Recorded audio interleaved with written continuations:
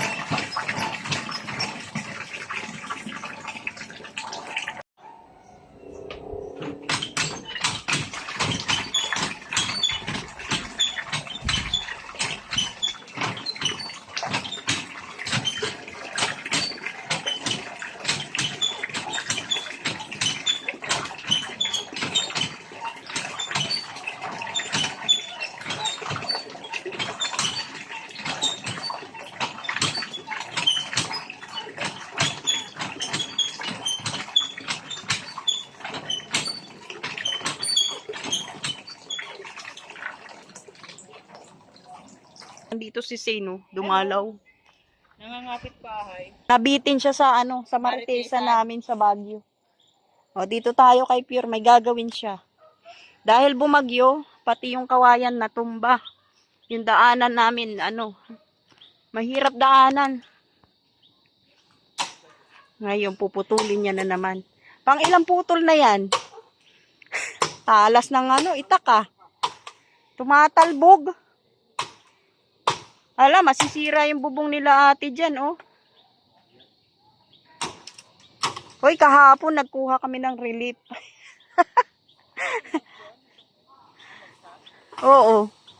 Ito yung bagyo na sinundan tayo sa Baguio. Bagyo na sumunod sa Baguio. Grabe talagang nagkatumbahan na, oh. Parang mamamatay itong kawayan na to, no? Uy, magtabi-tabi ka dyan. Gabi na. Paggabi na. Nagpangkapod mo na lang din. No? Oo. Lihis ko na lang.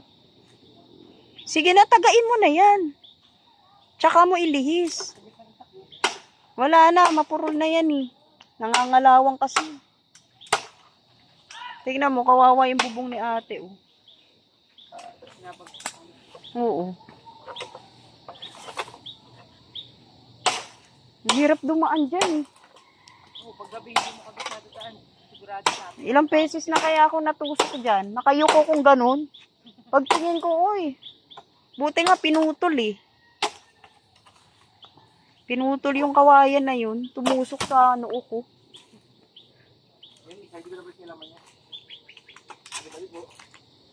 Paano yung bubong ni ate? Ngayon, ilihis mo na siya. Malilihis pa ba yan? Ayan. Dito hilain mo pag ganun. Daming lamok. Anong ginawa mo dito? Ha? Anong ginawa mo sa itak? Wala akong ginawa dyan. Pinanguhukay ko lang yan ng Yan pala eh. ng lupa. Sabi ko nga sa hindi magre-reklamo yung mamamatay ko sa tetanus. Kaya nga eh. Sa talas. Di ba? Hindi naman ako namatay sa ano. Tagain mo na kaya to, yung mga to. Ayun.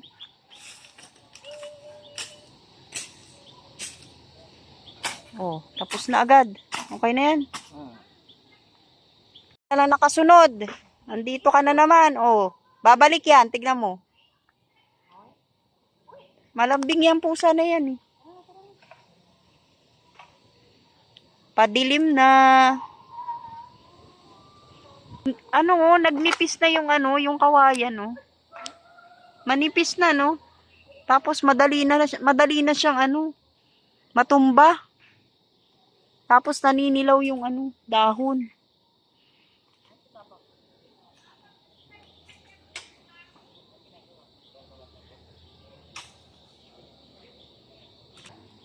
Hoy, nililinis, oh. Mamaya may akas eh. So, hindi nakikita mo yung Ayan, putulin mo na yung mga nakatayo. Tingnan mo yung mga pinutol namin, natuyo na, oh. Ito, oh. Ikipaglaro kay Sino. Okay na? Delikado. Pagdating namin galing sa Baguio, madaling araw pa man din. Hirap kaming dumaan dyan eh. Maraming salamat po dito. Dinala pa ni Kuya Andy dito. So maraming salamat po sa nagbigay. Ayaw po magpabanggit pero maraming salamat po. Ngayon naman titignan natin kung kung para saan to, no? Tingin ko para sa pagluluto eh. Oh, yan po nakalagay. At ayan. Oh, ate, kunin mo. Ayun. Nabuksan ko rin. Ay, garlic salt. Para sa pagluluto. Bagay kay Pure Health to kasi high blood. O, diba? Salamat po sa nagbigay at kay Kuya Andy, kay Ate Marilu. Hinatid pa po nila yan dito. Hoy, kayong dalawa. Chicken, pork, tsaka veggies. Tama-tama maglalagay tayo sa niluluto nating sinigang. Grabe, ang bango. Amoy na amoy ang bawang. Good evening! Ayan o, at dahil gabi na po, eto magluluto po tayo ng sinigang. Ayan, sinigang na spare ribs. Ayan o. Ayan po o. So ayan, pinapakuluan natin hanggang sa lumambot. Habang pinapakuluan natin yan, nakapaghiwa na po tayo ng mga gulay na ihahalo po natin dito. Ayan, takpan lang natin at pahinaan natin ng konti yung yung apoy. Hayaan po nating lumambot.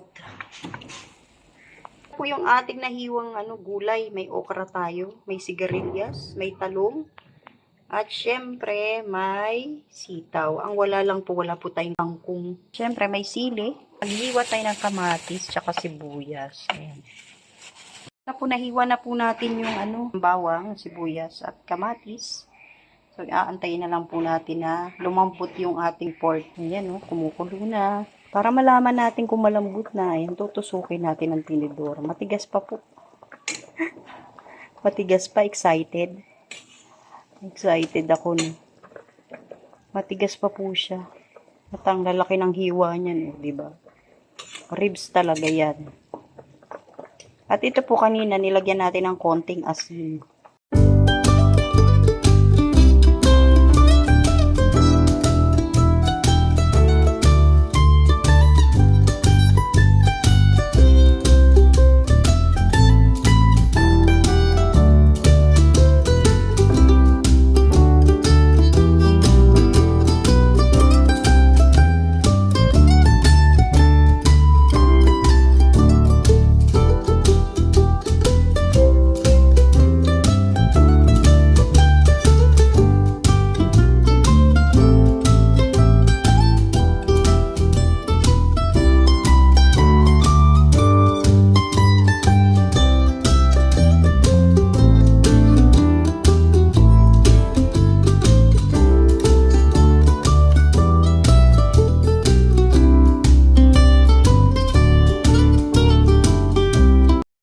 Ayan, good evening. Katatapos lang po natin maglaba. Ayan, naku, dami oh. Ayan oh. Alas 6 na po, no?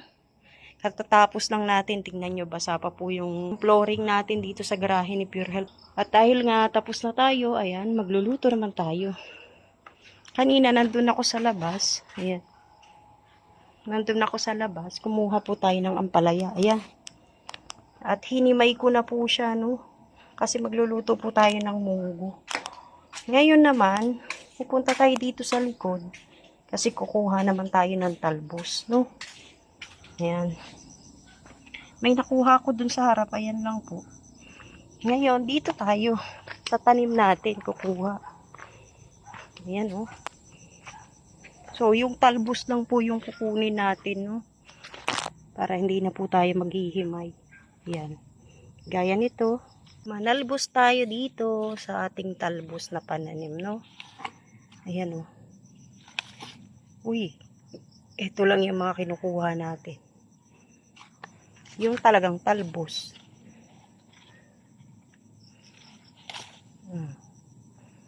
Para hindi na po natin ihimayin. Yan, oh. Ganda ng tubo, oh. Tignan nyo. Diba?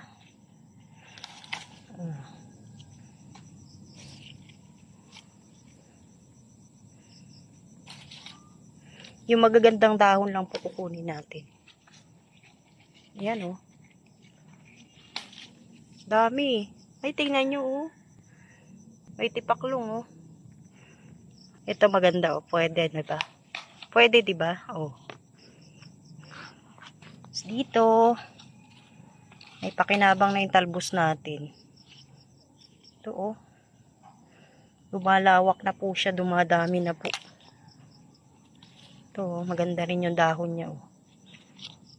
Marami tayong mailalagay na talbos sa lulutuin nating munggo. Ayan, oh, ang ganda ng tubo, oh. Ito na po yung nakuha nating mga talbos. Kinuha lang talaga natin yung magaganda. Ayan. Para po mapalitan na yung talbos. So, ayan, ngayon, dahil nakakuha na tayo ng panggulay, ay, grabing lamok, kulay itim. Dahil nakakuha na tayo ng panggulay, tara na po, magluluto na tayo paggabi na.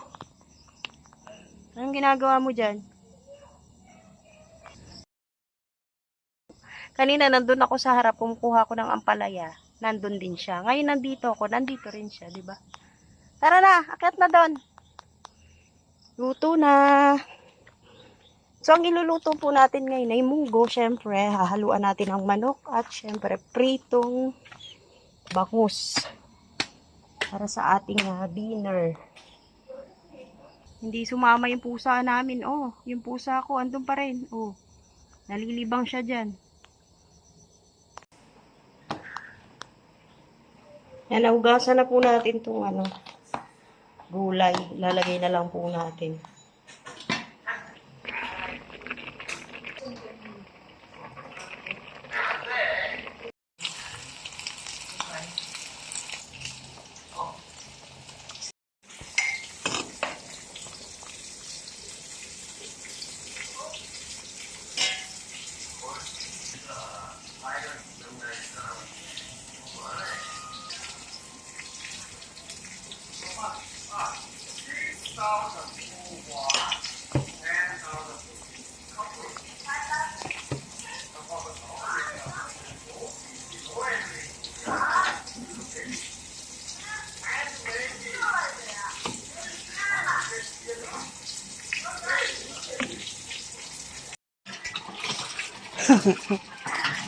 Eto, naliligo po kami sa poso. Taga-bomba natin si Pure Health. Parang nag-gym lang dito. O, yan. Ang lakas ng trip niya eh. Gusto niya dito maligo. Ayan. Para basa na rin yung yung garahe niya, malinisan na din. Ang sarap po. Wag. Mainit po yung tubig ng poso, saka malinis malinaw. Bye, ganun na. Pure? Ang sarap. Dapat ito may higaan po, nakababas yun. Pag-shampoo ka na? Oo. Sabon. Ako naman ngayon. Conditioner na. Tama yan, exercise Pure. Sarap maligo. Okay na dito maligo kasi wala na pong mababasa. Alright. Cool. Bata kami, ginaganon pa namin. Patagalan. Oo. Oh, di ba? Na-enjoy namin yung poso. Tsaka mas malinis yung tubig ng poso, no? Bagay, water pump, palinis na rin, no? Sa una lang naman dumumi kasi hindi pa namin nagagamit. Pero nung nagamit na namin ng matagal, malinis na rin. Alam nyo, nung tag-ulan, dito kami naligo, mainit po yung tubig. Kasi wala kang kuryente, di ba? Alam nyo na, pag walang kuryente, wala kaming tubig. Buti na lang may poso. Sige na, maliligo na po kami. Ayun po yung aso namin, si Gio, kinakahul yung baka. Oh, di ba? Maloko rin to eh. Tingnan nyo, may baha po dyan, Pero lumabas pa rin po siya dun, Para lang kahulin yung baka. Ayan, salamat po sa lahat po ng manonood. Magandang gabi po. God bless. Mabuhay.